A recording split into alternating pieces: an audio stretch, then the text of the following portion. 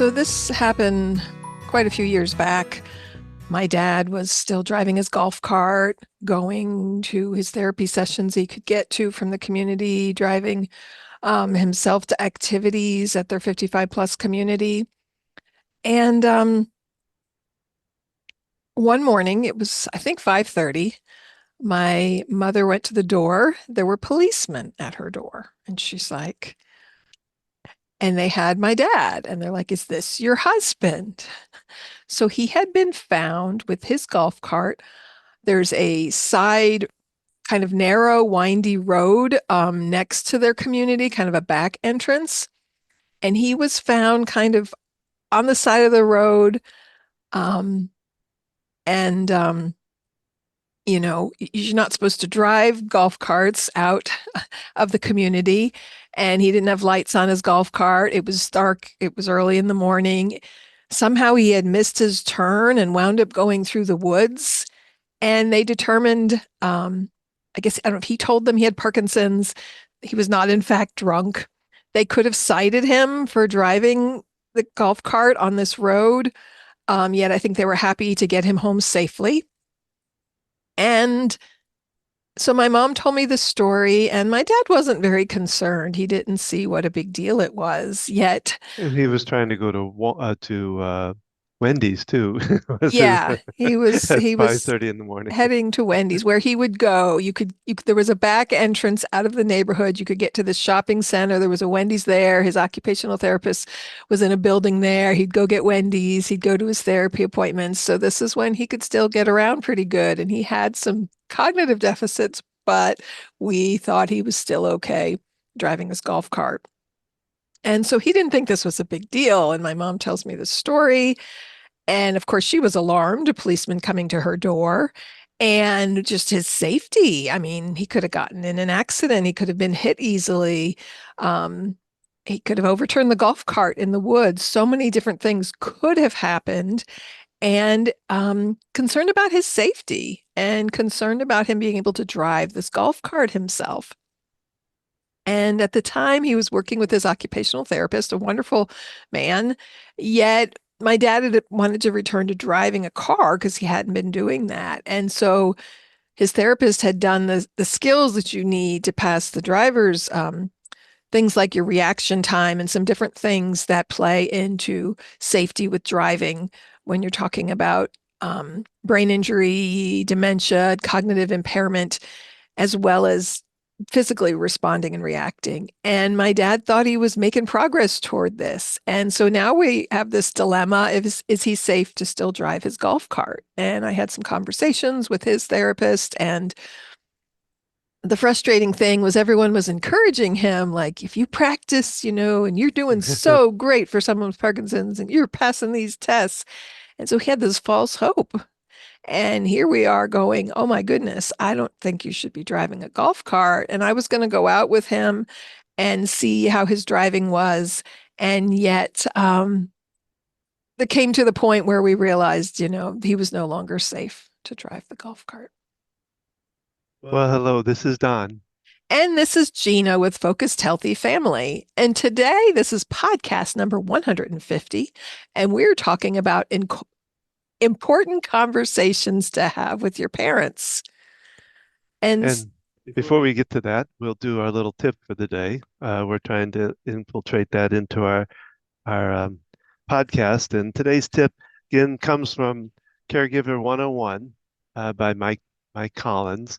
He writes a whole book on different 101 caregiving tips that you can do for a caregiver. So this is tip number 34, and it's look for downtime, even small chunks of time when the chaos of caregiving slows down and can be used to accomplish tasks, rest, or pamper yourself. While the care recipient is taking a short nap, you can pay bills or have a cup of coffee. While you're waiting in a doctor's office, you can read an article you've saved, do a relaxation exercise, or go for a short walk or shop. these tips sound so much like tips for new mothers. There's Yeah. such an overlap here when you're caring for someone, the time intensity of caring for someone, whether it's a young child or someone with special needs or an aging loved one, someone who needs supervision, who needs your physical assistance to do tasks, who needs supervision due to cognitive, either impairment or just not yet development, when you're talking a young child or someone with developmental disabilities. I mean, it's one that fits really, can be one to come for everybody in a way to just take time, just, with life being so busy. But yeah, you agree with the small child. I remember having to kind of slow you down at times with our children to just take it easy a little bit. Nap when they nap and take Yeah. time for yourself, read a book.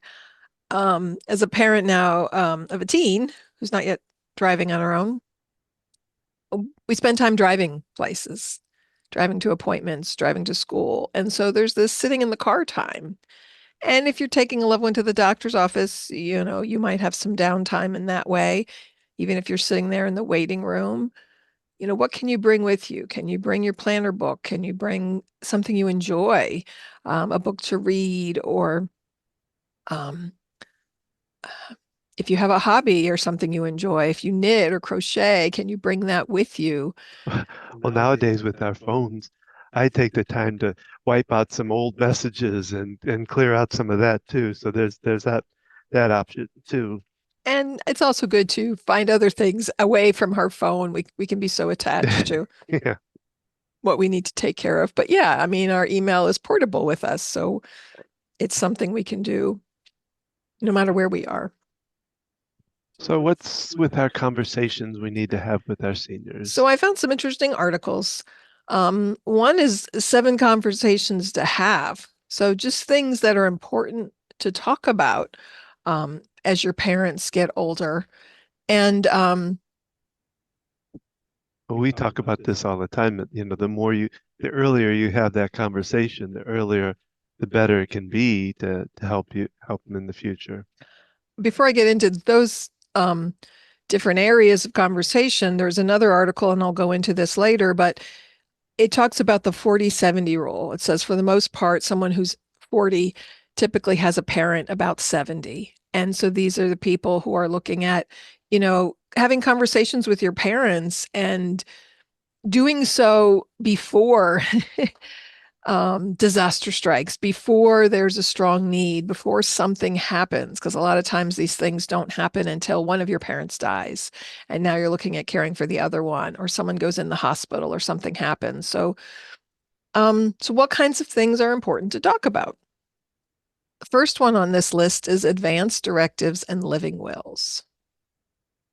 So what is an advance directive? This document assigns medical power of attorney to an individual. So there's medical power of attorney, and there's also um, legal power of attorney. So sometimes it's called healthcare power of attorney. So in the event that the person becomes incapacitated to make decisions for themselves on medical issues, right? A lot of times we think about the financial issues, but this is specifically for medical. And so then that person is designated to be able to help with that. A living will is a document outlining your desires and wishes for end of life care. And it's more specific than, being resuscitated or not. It looks at things such as, do you want to be on a feeding tube? You want to go to dialysis? What measures do you want and do you not want taken? And so that's something to kind of re-examine. Someone might decide at 70 that they want all the measures, and then they develop some health complications. Um, and now it's like, okay, do I want to go through all that? And it's important to really get your loved one's opinions. And these are conversations that can be good to have earlier, and even just starting that, down the road, in this situation, what is it you'd really want? And opening that up. And taking your time too, because not all conversations with seniors want to be talked about right off the bat, or Sure. so it might be a slow, gradual getting to that place. And to jump to this other article I found, it's how to have these conversations, 10 tips. And one of them I've already mentioned is starting early. So talking about these things before, doing so proactively. It'll make it much easier in the difficult times if you have some thoughts laid out. Maybe they're willing to write about it. Maybe you can give them a booklet of these areas. Um, Write down some prompts, to get their ideas on it. Maybe they're willing to do that, or at least converse with their spouse about it. But having someone else they trust included in these thoughts. It mentions practicing patience, being open-minded, being able to really listen to them as you're navigating these conversations. Um, Well, one place you might this is a thought, but might want to start is, the kids handed to me some years ago, or was it? I'm trying to think if it was before that. The little booklet that asks all kinds of questions that you answer along the way, so and it's that's a more of a memory of. yeah, but I mean it's this beginning place that you can start this kind of conversation with by starting with that, and then developing into bigger conversations along the way might be an idea. um, Other areas to talk about wills and estate planning, trusts, making sure there is a power of attorney in place. And on that note, finances. We may or may not know our parents' situation and their finances. And again, as we're aging, we need to have these own conversations with ourselves and with our partners or spouses or maybe our grown children. We need to figure these things out at a young as age as possible because you never know what can happen. And you're put in that situation. And now all of a sudden, what happens? I've learned a lot as my mother navigated my father's death and looking at court and probate. And I've learned some key pointers that if you have finance resources in the name, Don or Gina, if one thing happens to one of us, then the other one automatically takes over that account. If it's and now it's in this other person's name, and then you have to go through probate and court to get that money or those things taken care of. And so there's little tips and tricks out there. So talking to a financial planner, talking to an attorney who is versed in these conversations and knowing about these documents. Um, the other thing is knowing about their bills, how they pay their bills. Are they doing it on paper? Are they doing it Mm. online? And do you have access? We experienced this when Don was in the hospital, and after his heart attack, he had a stroke, and he was having trouble with his language, and he wanted to access some information on his computer, and he couldn't remember the passwords and to be able to access this information. And so it was a challenge. And we realized that I need to know how to access these things. And you have this master password programmed on, what's it called? It's oh my, you asked me that. Well, actually, I have it right. It's right up And here. so it's a place It's a that place that stores all your passwords, but you, it's under Zoho. uh, The and what's neat about it now, I just realized this recently that um, when I get onto a website that I want to have, and there's a login there, if I open my account, more than likely it'll be right at the top of the thing, and it'll automatically open it for me. So it's anyway, but you need to know how to get into Zoho. And so, so this was the problem is yeah. you didn't recall the password to access that and everything else was locked up behind this. I use Apple passwords. Everything is connected across my Apple devices. Takes my fingerprint or a code to access that. And so I find that much more user friendly. Excuse me. Got a Um, little problem still with their cold playing into it today here, so I'm have recovering to from the flu. yes. And no, it's a good idea to have that conversation and talk about that. Um, Yeah, looking at debts that they may have. And these things, sometimes people keep these secret. One spouse may even have secrets from the other. And so kind of opening up the idea, who are they willing to talk to? How, can you have a list of documents? I remember my parents giving me a list of um, They did. information and to be able to access things and knowing where things are at. And I believe my sister may have done the same. She does not have children of her own. Um, Other important conversations to be had, excuse me, as I turn my He's paper. got the reports. Is it time to give up the car keys? So, as I told in the Ah, starting story with this, looking at things that are going on physically, a lot of people with diabetes have what's called diabetic neuropathy. And that means they're losing feeling in their feet and legs. And if you don't have good feeling in your feet and legs, managing pedals yeah. in the car is a safety hazard.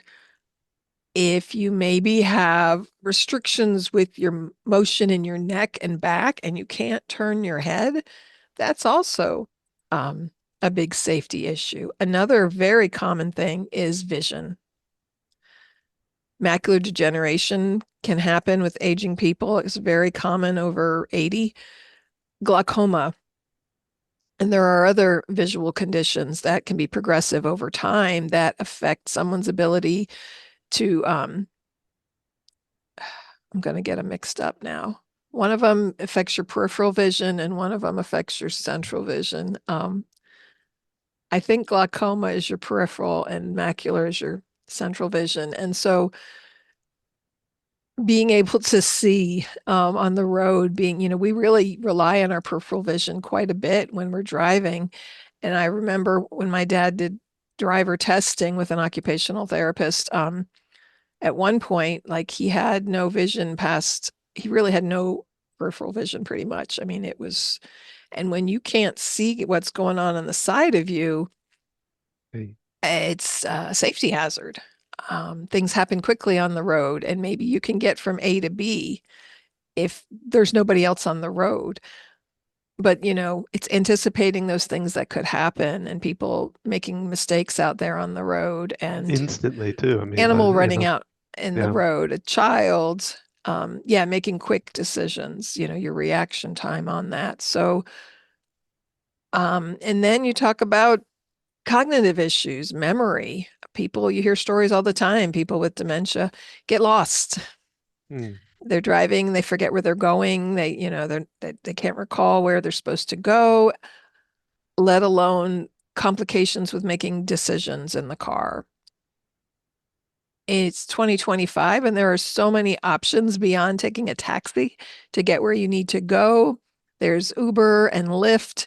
There's also senior transportation services. You need to look in the area where you live and see if these services are available, and often discounted or that provide special transportation if someone needs in a wheelchair to be able to get where they need to go. So finding these things out ahead of time before Yeah. they're needed.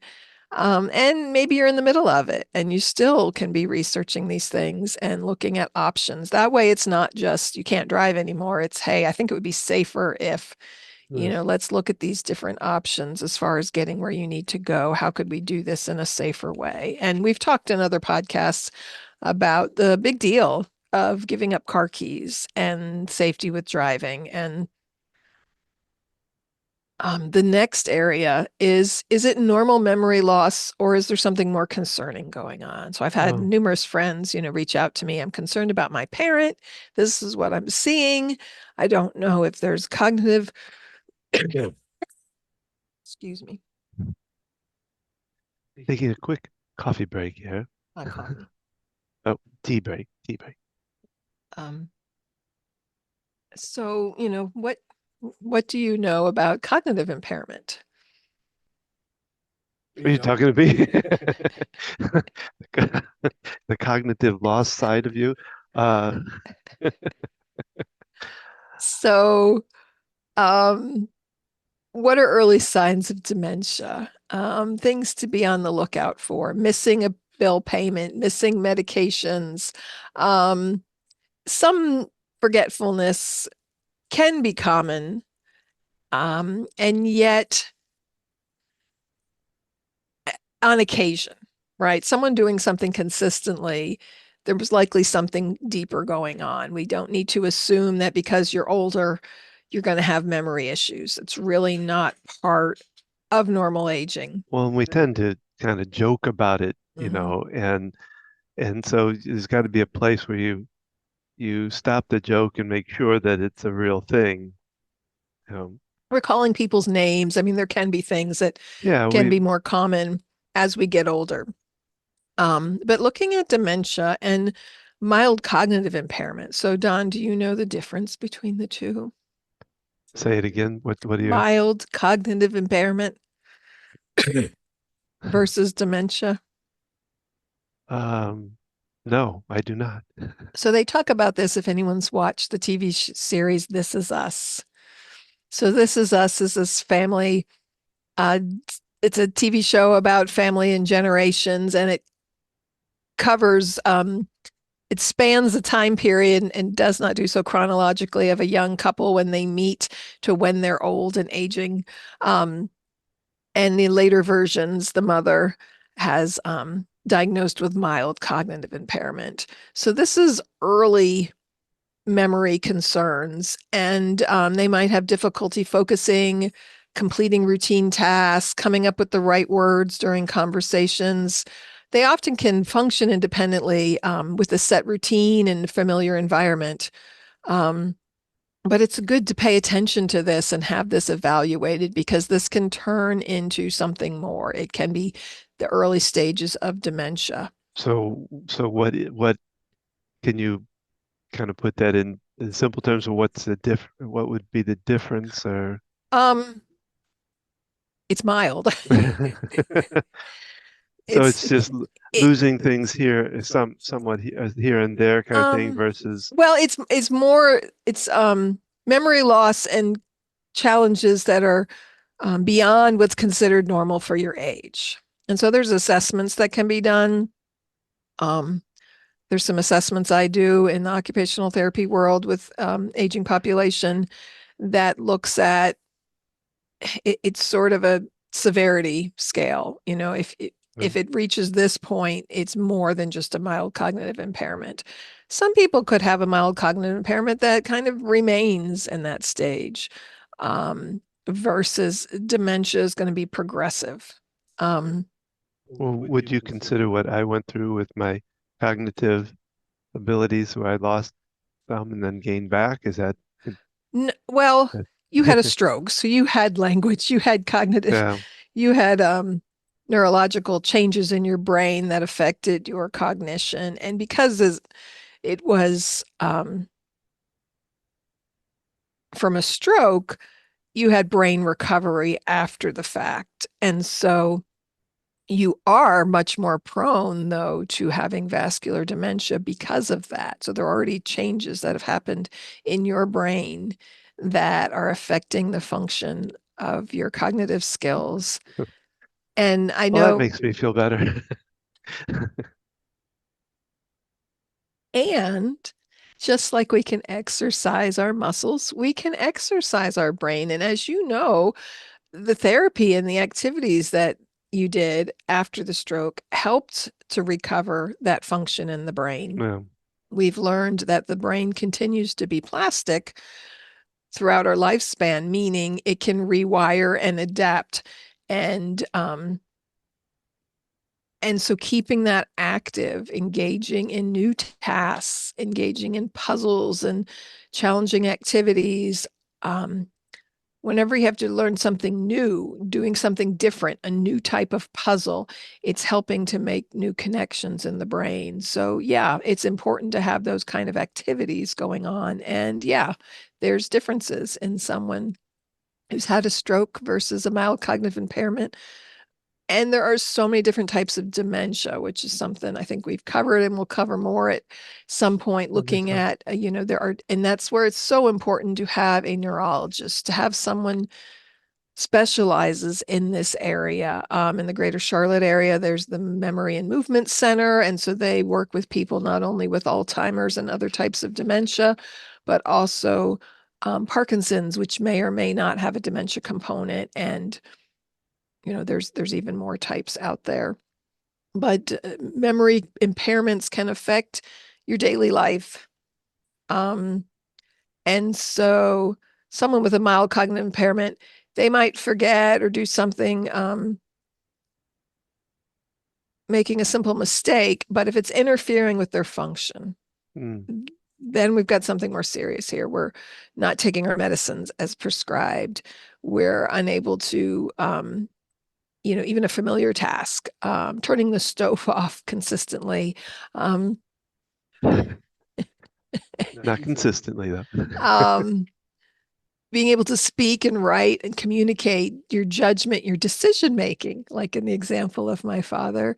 He made this choice to take the golf cart out early and then turned through the woods and was on this road. He wasn't making good decisions. His problem solving, his awareness of safety hazards. You can also see mood and personality changes. So it's important to talk to a professional, find someone. And if you're not happy with the person you've met with, a doctor they've gone to, seek other resources, find out, go into support group meetings for dementia, reaching out to agencies. You can find other specialists who specialize in these areas.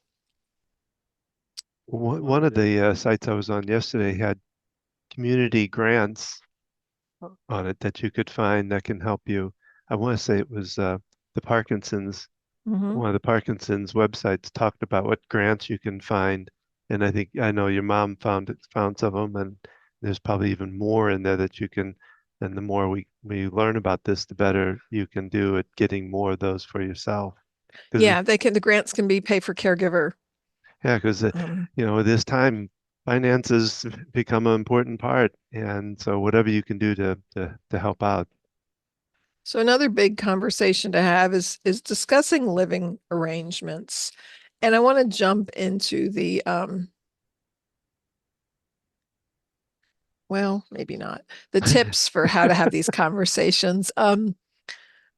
But discussing with your loved ones, in the event that you're not able to take care of yourself, in the event that physically you can't get in and out of your house, you can't negotiate, or cognitively you can't make meals for yourself and or the decisions, having that conversation with your parents, what they want to do, what situation might, what would they maybe feel more comfortable with? Are there friends? Are there family members? Do they have the financial resources looking at facilities? It's a process to apply for Medicaid, but someone without the financial resources to pay on their own, um, applying for Medicaid to have those services to pay for them to live either a nursing home or assisted living situation where they have people caring for them, finding out what places are available in your area. And the other big thing is asking your loved one, in the event they can't continue to live in their home or where they're living, do they want to stay in the city that they're living in, or is there somewhere else? Maybe you're the only child, but maybe they have some sisters or some cousins or other people that have more time and availability as much as you want to maybe keep them near you. Maybe there is a better place, a better situation, and getting their input on it is so important. And again, whenever these conversations can happen earlier. Well, and I think the one thing we probably should have started out with saying is, not all parents want to talk about this, and Hmm. so there's a couple different things you can start at. One is going to it slowly, Yes. talking about it slowly, but you can also add into this factor that, I know this is not a comfortable thing for you to talk about dad or mom or whomever you're talking with, but what I'd like to be able to try to do is have you involved in the conversation before you get to a place where you can't. Hmm. And so being able to start out by talking about that it's important for you to be in here and give me your thoughts. so that I don't have to wait till a day when you don't have the thoughts. Right. It talks about being patient, starting early, but also choosing the right place to have these Mm, conversations. So setting yourself up for success. Where might they be feel most comfortable talking about this? Um, you know, trying to introduce certain topics in a private setting, and a place where they feel relaxed and comfortable.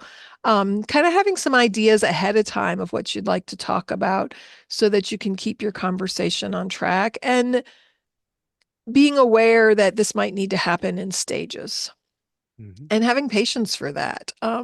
Doing your homework ahead of time, having some resources, having some suggestions and information ahead of time, and also involving siblings and other close family members. Having this conversation with them can mhm, be really important beforehand. And again, it goes down to the person's best interest.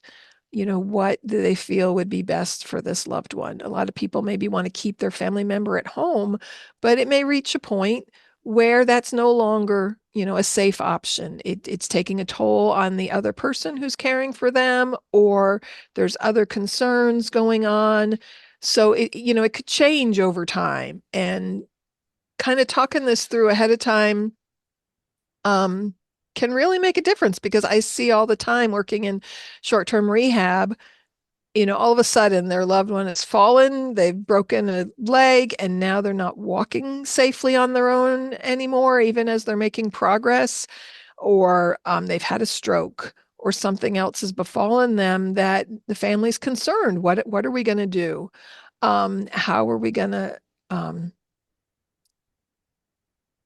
help make the choices? We're concerned about them. They insist on they want to stay home alone. And one big factor really is that financial component. That can be a big mhm. stumbling block. If you have the financial resources, you can hire someone to come in your home. You can pay to go to the best facilities. So some other pointers this article talks about is leading with empathy. So they give some suggestions. I respect that this is difficult. Let's make sure we can set this up to plan for the way you would like it to go. Um, Thank you for taking the time to talk with me. I can imagine this might be hard, but we can get through this together. Let's sort the details out now so we have a plan in place. Having something fun. Maybe, you're going to sit down and talk, and then you're going to go to the spa with your mom, or you're going to go out, take them out to eat, or you're going to get to do something enjoyable, making this a positive experience. And letting them know, mom or dad, I want to make sure you're taken care of in the same way that, you've cared for me. Or want to make sure you're taken care of Depends on the family. in a way, um, that can benefit you, and knowing these things ahead of time. Because if something happens, in the event that you're not able to communicate your wants and desires and needs, knowing ahead of time some things in place. Um, and then it talks about really listening. Yes. And this is such a big thing, right? What does it mean to really listen, Don? Well, one, shutting this up, but not letting yourself go on deciding what your next thoughts are going to be, being able to give that up and be able to let yourself really listen instead of worrying about what's the next thought that you're going to have to answer their questions. Because the mind's, I think, is quick enough that even if you let that go, it'll catch up with you even afterwards. So, you can decide on what you can decide on what you want to talk about, but if you're not listening, then you're not really hearing what they're saying, and you really want to get that in And you can first. have a plan for your conversation, yet it might lead a different direction than you expected. You might want to take notes too for yourself so that you don't have to think about it. You have it there when you're ready for it so that you can open up and listen to the other person talking. And like I said, being willing to go down a different path. Yeah. Maybe you're bringing the issue up, but they really are worried about something else. And being there and supporting them with where they're at. can go a long way in helping make decisions down the road, even if you've had a contentious relationship with your parent, or maybe not much of a relationship, or didn't communicate very effectively in the past. Setting this up for success, taking the time now to listen, and it points out some questions to consider as they're sharing with you. Are they masking anger or fear? They might do so in a way being judgmental or harsh, or but is there something else underlying going on? Do they have regrets? Are there unmet goals, things that they wanted to achieve that they said that they hope to? So thinking that, there's other things going on with them, and we have to take a step back. So we need to be in a space, a headspace, to have the time for these conversations and not be in a hurry with it, and to stop and really work on your listening skills. Yeah, not have your own thoughts being, well, like I said, writing those thoughts down doesn't hurt, but not having them up here so you can really listen to what they're trying to say is, I think, important. And having someone you can vent with about, you might have these difficult conversations, and then you have a sibling or someone, a close friend, who you can, this is very frustrating, I'm dealing with this, and having a resource for an outlet for yourself, because it can just be really aggravating. I belong to some online communities about caring for aging loved ones, and sometimes people get on there and just want to vent, like, I'm done, this is what I'm dealing with, I'm frustrated, I'm tired. And sometimes, just that opportunity to event. These other notes, it just talks about taking notes, getting other outside help, whether it's legal help from attorneys. There are people who specialize in senior care when it comes to that financial and legal aspects. Um, and just thinking about your language when you're talking with them, avoiding pressure of, you got to make this decision now, or I'm going to make it for you. Thinking about the ways you're approaching them with the conversation, and letting go of your own resentments. Maybe you have a lot of resentments growing up, but okay, Mm. here you are now. If you're in this position to assist them, how do you want it to go? Do you want to maintain those resentments that are going to affect your life even more so, maybe, than theirs, as far as helping them to navigate this changing period in their life? There are people who age in place. There are people who maintain cognitive function. People are still driving at the age of 90, people who are still doing the things they need to do. I meet these people all the time, and they're still have the resources to take care of themselves. And so it's not inevitable that your loved one is going to need help, yet it's likely that there could be a time where that, even if it's temporary, that they need some help, or someone recovering, say, from a broken leg. Maybe they'll recover enough to get back to what they were doing, but having kind of plan B in place, and again, the sooner you can have these conversations before you're in a dire situation. And so, kind of to recap, we've talked about different conversations to have with your parents and effective communication techniques to have. Again, just to recap, talking about wills, estate planning, finances, advanced directives, living arrangements, medication management, looking at memory loss. Is it mild cognitive impairment? Is it dementia? And then the points with having these conversations: starting early, exercising patience, choosing the right setting conditions for these conversations, not only for them, but for yourself, doing your homework ahead of time, involving siblings or other close family members, because doing this completely on your own Ugh. can be draining and exhausting. Leading with empathy, really listening to them, avoiding pressure, getting outside help, and, like you mentioned, Don, taking notes. Yeah, and start out slow. Know that this is not what's that the saying It's about not a this? sprint, it's a Yeah, marathon. yeah. And I think we're still, even though as we get into the senior years, we think our time is getting slow or slowing down or somehow, but it can still take time, and you want to be able to be there in a loving place for them and listen to them. So. So that's our podcast for today. We hope you enjoyed it. We would love to hear from you. We'd love for comments. We'd love to know what's the next thing you would like to understand about growing older or changing in the family. Um, if you're on one of the podcasts, you want to subscribe to the podcast. We'd love that too. You can find out more about what Gina and I do, the consulting that Gina does with the aging loved ones. You can also find out. I do my EFT sessions every month, two times a month. My next one's January 28th at 7 p.m. Eastern Standard Time. And you can also find us on Facebook at Focus Healthy Family, Instagram, Focus Healthy Family 1, YouTube at Focus Healthy Family. You can join us every Thursday for when our podcast comes out. And you can find all of this out by going to www.focusedhealthyfamily.com.